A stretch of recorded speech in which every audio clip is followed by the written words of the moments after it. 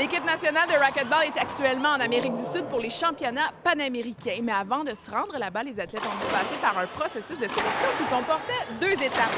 La classique Richard Harpin était la deuxième portion du processus. Je me suis rendue pour rencontrer les athlètes à surveiller. Le tournoi d'aujourd'hui, c'est un tournoi de sélection pour, dans le fond, pour faire partie de l'équipe nationale. Donc, ça permet de nous sélectionner pour 2 compétitions. Il y en a une qui s'en vient en mars, qui est le tournoi des Amériques, puis il va aussi compter dans le processus de sélection pour les championnats du monde à la fin de l'année. Michel Gagnon s'implique dans le racquetball depuis déjà plusieurs années à titre de joueur, d'arbitre, d'entraîneur, de gestionnaire et d'organisateur. Il sera l'entraîneur assistant lors des championnats mondiaux.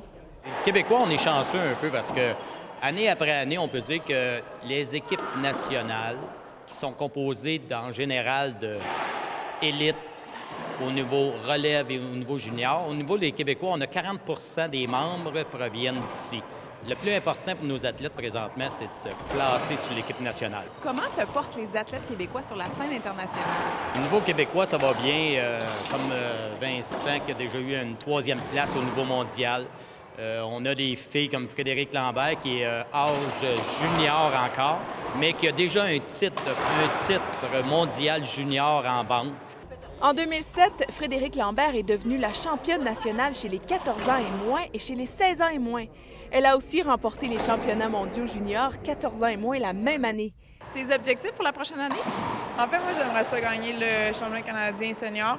Puis j'aimerais ça aussi, c'est sûr, gagner le championnat canadien junior là, pour sélectionner pour le mondial, puis gagner ce mondial junior-là aussi.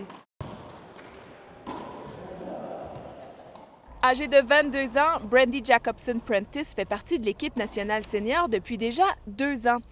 Elle a remporté la première étape de la sélection, ce qui est un soulagement pour elle. I think it takes a little of the pressure off just because I did so well at the last event, so I have more points coming into the event to qualify for the next international event. And why did you decide to come here in Montreal to train? Moving to Montreal for me was a personal decision, and I wanted to move to a big city, and Montreal has a very good base of racquetball players, so that definitely helped make my decision. Quelles sont tes attentes face aux mondiaux?